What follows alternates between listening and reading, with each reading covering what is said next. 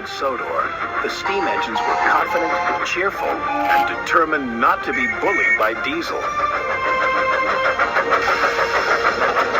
Only James, who now felt really useful too, was complaining. Wobbly wheels. Puffy pistons. Thomas, I should have collected Mr. Conductor. James is right, little Thomas. Collecting Mr. Conductor is an important job. Important is big. James is a big engine. You, Thomas, are small. Small, small, small, teeny, weeny, weeny. And I'm a big blue engine who knows everything. Bossy sprockets. All that steam has gone to your funnel. Hey, there they are. We'll fix the wagons. I'm not good at backing up. Me neither. What's important is to stand up on our own wheels to Diesel. Toby's right.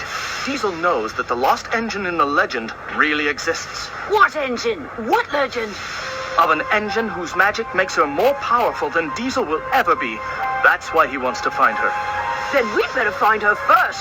Leave it to the big engines, Percy. Little engines can do big things, especially when they have nice blue paint like me. Hey, just watch what happens to that blue puffball. When Harold the Flopper Chopper flies past here. Right. Routine flyby, chaps. Hello.